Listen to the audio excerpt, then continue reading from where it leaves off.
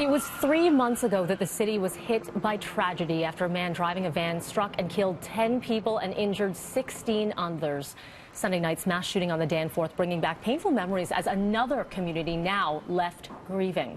Joining me is Lily Cheng, co-founder of We Love Willowdale, a group created to help unite and to help heal, at least in North York. Good morning to you, Lily. Good morning. It was 3 months to the day, yesterday, of the van attack. And then we see what's happened on the Danforth. And for you, as a community leader, it must bring back some memories. Definitely. You know, when people were describing the aftermath and the eerie silence that kind of fell over such a busy part of the city, I remember walking down Yonge Street the evening after the attack and just the shock and the grief of how could this happen in my community. So I definitely feel a lot of compassion for that neighborhood. And so much has happened. After the van attack, the community really did rally together. There were memorials, there were vigils, there were prayers. Why, and a lot of it, you were behind a lot of the organization of that. Why was that important, and why is it important for a community now on the Danforth to do the same? So a group of us actually gathered the evening of the attack, and we asked ourselves, what does our community need? What would help our community to heal and to grieve through this? So, you know, right away we decided that we would have like a moment of silence within 24 hours of the event.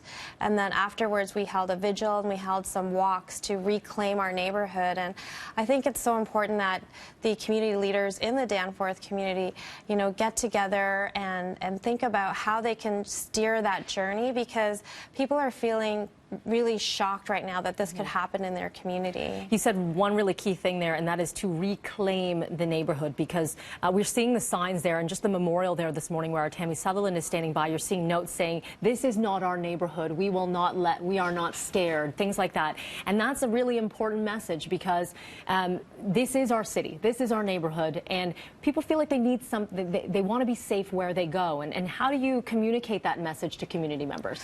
So definitely there has to be something that they can participate in, and it's really important in grieving to gather, to share your experience. That's why it's so nice to see that there is a memorial that has come up, and these just happen very organically.